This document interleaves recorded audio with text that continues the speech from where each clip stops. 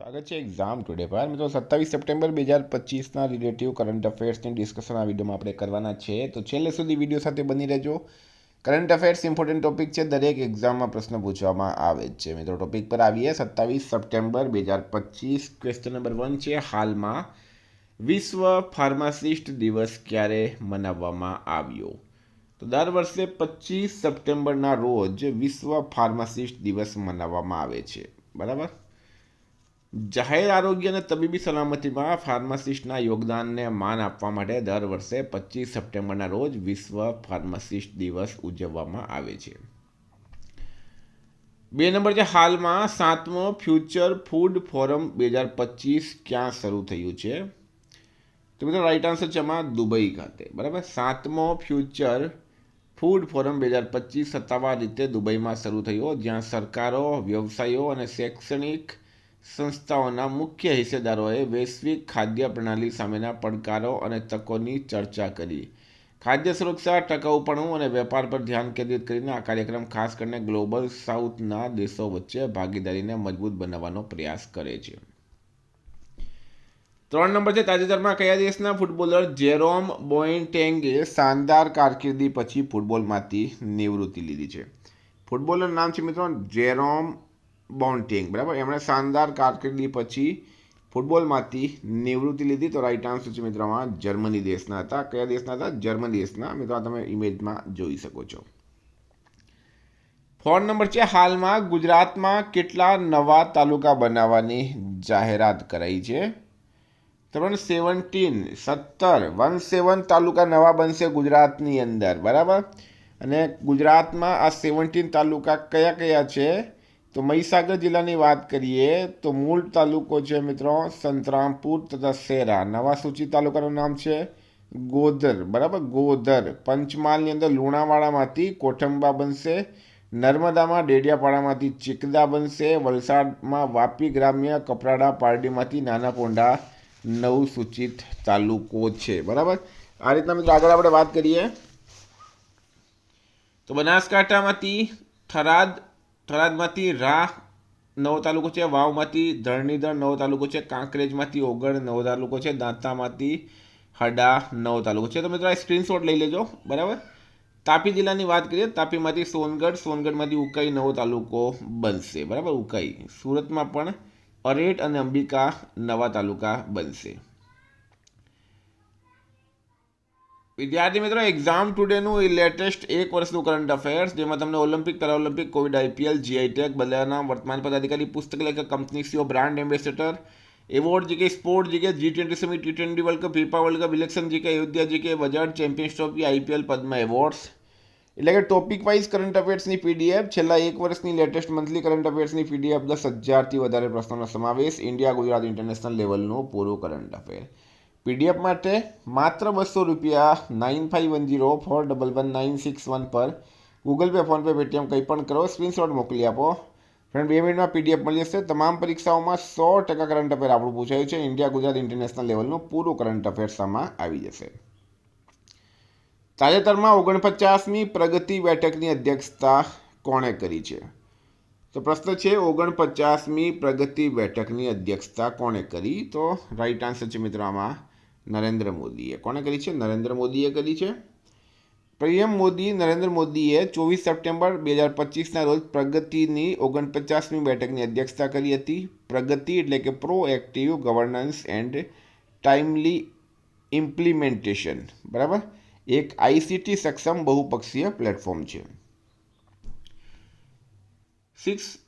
તાજેતરમાં કયા રાજ્યમાં સુબનસિરી નદી પર 2200 મેગાવોટના ઓજુ હાઇડ્રો ઇલેક્ટ્રિક પ્રોજેક્ટને મંજૂરી આપવામાં આવી? તમને રાઈટ આન્સર છે એમાં અરુણાચલ પ્રદેશ. બરાબર. કેન્દ્રીય પર્યાવરણ મંત્રાલયની નિષ્ણાંત સમિતિએ ચીન સરહદ નજીક અરુણાચલ પ્રદેશમાં તાકસિંગમાં સુબનસિરી નદી પર 2220 મેગાવોટના ઓજુ હાઇડ્રો ઇલેક્ટ્રિક પ્રોજેક્ટને પર્યાવરણીય મંજૂરી આપવા માટે ભલામણ કરી છે. તાજેતરમાં કયા દેશે 31 માર્ચ 2026 સુધી ચાંદીની આયાત પર પ્રતિબંધ મૂક્યો છે?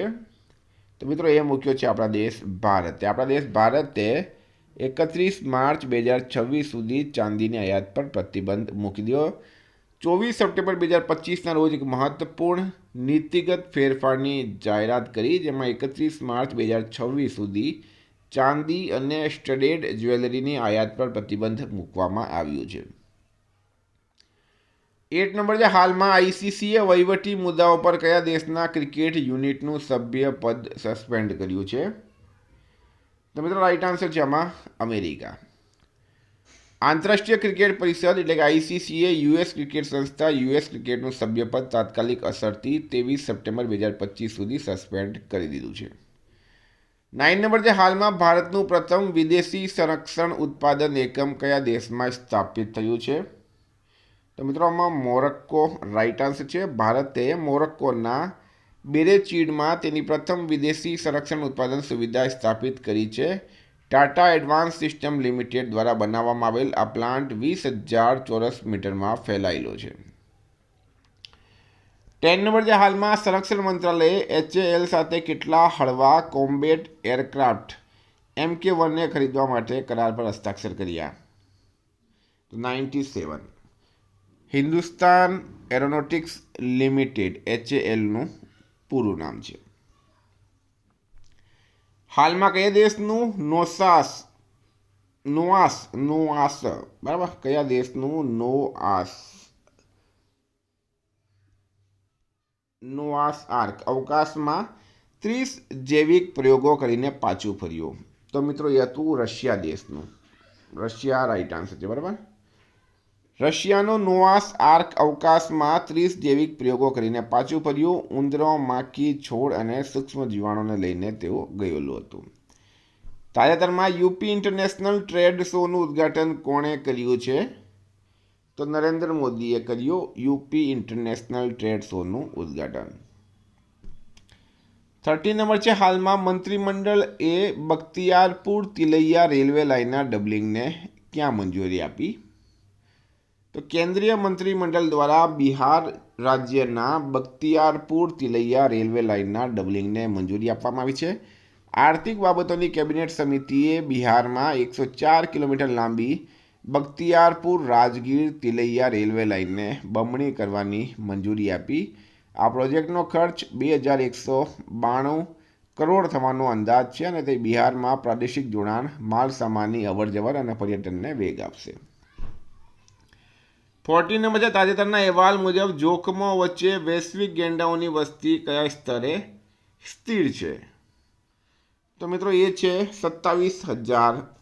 તાજેતરના સ્ટેટ ઓફ ધ રાઇનો રિપોર્ટ ચિંતાજનક વલણ દર્શાવે છે, જો કે ગેંડાઓની સંખ્યા 27,000 પર સ્થિર છે.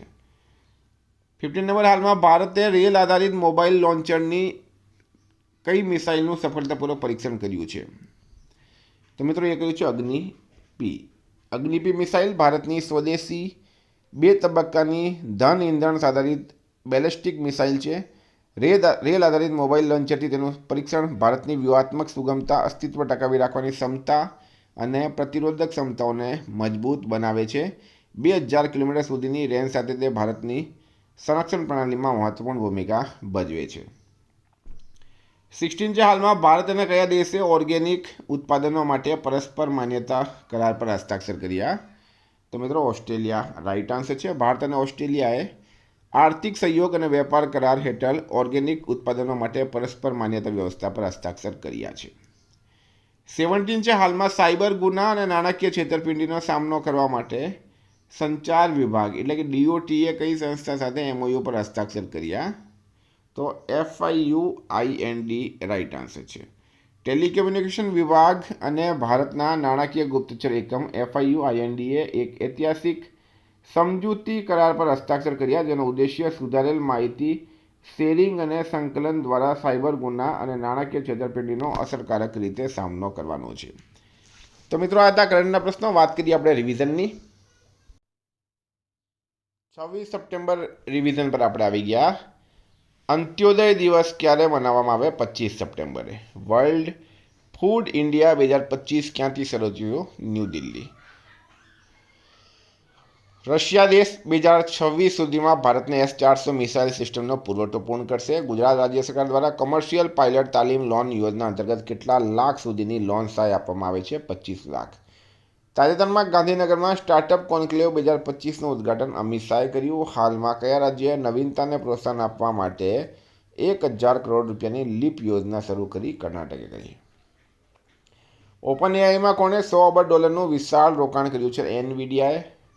હાલમાં પ્રકાશિત થયેલા ગ્લોબલ ડિજિટલ નોમેડ રિપોર્ટ 2025માં કોણ ટોચ પર રહ્યું છે? સ્પેન. નદી ઉત્સવની 6ઠ્ઠી આવૃત્તિ તાજેતરમાં ક્યાં શરૂ થઈ? ન્યૂ દિલ્હીમાં. હાલમાં કયા પ્રદેશમાં સોનમ વાંગચુકે આંદોલન કર્યું? તો લદ્દાખમાં કર્યું છે. કયા મંત્રાલયે રાષ્ટ્રીય ધન્વંતરી આયુર્વેદ પુરસ્કારો શરૂ કર્યા? તો મિત્રો આયુષ મંત્રાલય કર્યા છે. તાજેતરમાં ભારત સ્કાઉટ્સ અને ગાઈડ્સની 19મી રાષ્ટ્રીય જંબૂરીની યજમાની કોણ કરશે? ઉત્તર પ્રદેશ.